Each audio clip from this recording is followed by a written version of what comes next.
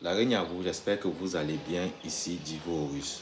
Comme tout être humain, ça peut vous arriver, bien évidemment, parfois de faire des cauchemars, parfois de faire des rêves prémonitoires qui présagent des mauvaises choses. Parfois, vous pouvez même aller vous faire consulter et on vous annonce un malheur. Donc, cette vidéo, c'est une vidéo préventive par rapport à ce genre de cas, ce qu'il faut faire dans ce genre de situation et pourquoi de temps en temps se consulter. Bien évidemment aussi, je vais vous mettre quelques témoignages, vous allez aussi écouter un peu comment ça se passe. Voilà. Donc, je vous invite à vous abonner, à liker la vidéo, partager et n'oubliez pas d'activer la cloche de notification.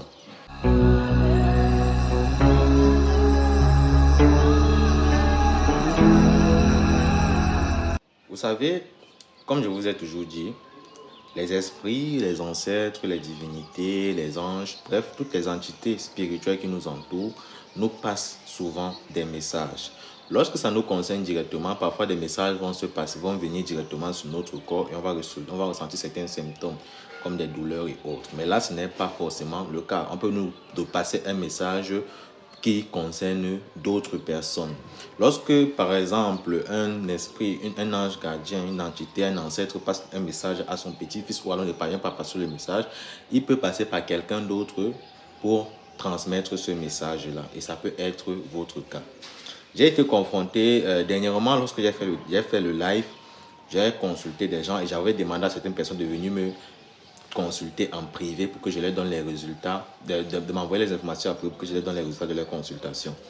Dans la consultation d'un jeune frère gabonais, je lui avais prédit, donc vous allez écouter le vocal qu'il m'a envoyé de cela quelques jours, je lui avais prédit qu'il allait perdre, il risquait de perdre une femme très importante dans sa vie. On montrait une femme, ça pourrait être sa mère, n'importe qui.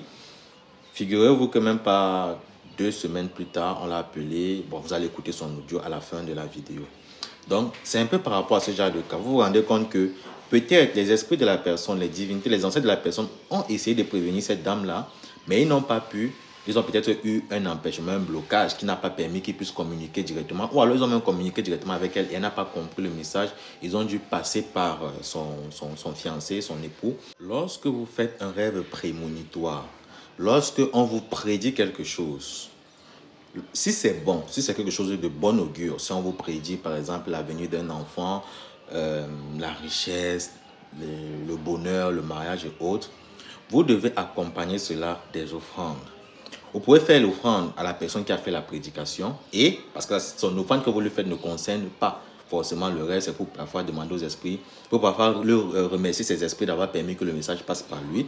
Mais l'offrande principale, normale que vous devez faire, c'est dans votre entourage. Vous devez faire l'offrande parfois aux enfants, aux jeunes femmes, aux orphelins, aux mendiants. Vous faites des offrandes à ces personnes-là et vous allez dans un carrefour. Lorsque ce sont des messages de bonnes augures, vous achetez le jujube. Le jujube normal, il est comme le piment de Guinée, il est long et il est sucré. Vous achetez 5 jujubes, vous prenez un que vous allez mâcher. Quand vous mâchez le jujube, vous parlez, vous remerciez les entités dans un carrefour en forme de X, bien évidemment. Vous remerciez les entités, vous parlez, vous remerciez vos ancêtres, les divinités, pour ce message, pour cette bonne nouvelle qu'ils vous ont annoncée, pour cette positivité, et que vous acceptez ça dans vos vies. Vous prenez les 4 jujubes, vous lancez dans les 4 points cardinaux, et vous tournez 3 fois sur vous dans le sens des aiguilles du monde, en les remerciant. Vous rentrez sans regarder en arrière. Maintenant, lorsqu'il s'agit d'un mauvais rêve, pareil, dans ce cas, vous allez tout faire la même chose. Sauf qu'en allant au carrefour, vous allez aller avec ce qu'on appelle le jujube chef. Le jujube chef est identique au jujube, mais sauf que lui, il est amer. Vous faites le même rituel en demandant cette fois-ci qu'on vous épargne de cela. Parfois, ce sont ces petits trucs-là. Vous pensez que c'est simple, ça n'est pas efficace, mais c'est parfois ça qui vous épargne. Comme dans ce cas, c'est ce petit rituel-là que je lui ai demandé de faire. Et j'avais même demandé à un abonné une fois en live de faire la même chose et voilà dans son cas que ça a épargné la vie de cette fille.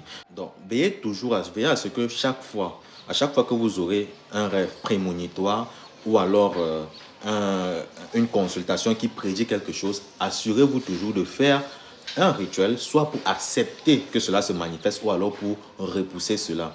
Parfois, dans le cas c'est souvent plus grave, on peut faire d'autres rites encore plus importants quand c'est parfois lié au karma. Mais de base, ce petit rituel-là peut déjà suffire pour ce genre de cas. Les parfums que j'avais annoncés sont déjà disponibles, comme vous allez les voir dans la vidéo qui va suivre là aussi. Les parfums sont disponibles, mais je vais mettre dans la vidéo l'audio du témoignage de la personne qui était presque en pleurs, mais c'est pour vous annoncer que les parfums sont déjà disponibles, les huiles et les savons sont disponibles. Là, vous allez voir les paquets de certains patients qui ont commandé et qui seront livrés cette semaine-ci là. Donc, je vais aller expédier ça cette semaine-ci et ils vont recevoir dans les jours à venir. Bonjour grand-maître, comment allez-vous? Bonjour grand-maître, comment allez-vous? J'ose espérer que vous portez merveilleusement à merveille. Sinon, je vais être bref. La prédiction, vous m'aviez effectué une consultation il y a de cela 3 semaines. Donc, ce qui est là, c'est que vous m'aviez dit que je risquerais de perdre une femme chère dans ma vie, que ce soit ma mère, ma soeur ou autre. Mais non, cette semaine-là, bon, on va dire la semaine passée, parce que nous sommes déjà lundi. La semaine passée, on va dire mercredi.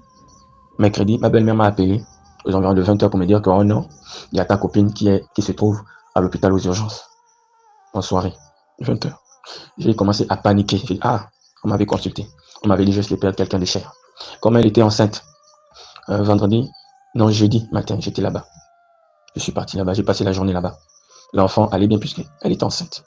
Maintenant, après, grand-maître, après, je suis parti à Ecobank, je suis revenu, on m'a appelé depuis là-bas. On a toujours suivi l'enfant bien dans le ventre. Non, sa mère me dit, le docteur a dit que là, elle ne peut pas garder l'enfant. L'enfant doit partir. Soit c'est elle, soit c'est l'enfant. Elle va suivre l'enfant. Mais sinon, si on enlève l'enfant maintenant, elle sera toujours en vie.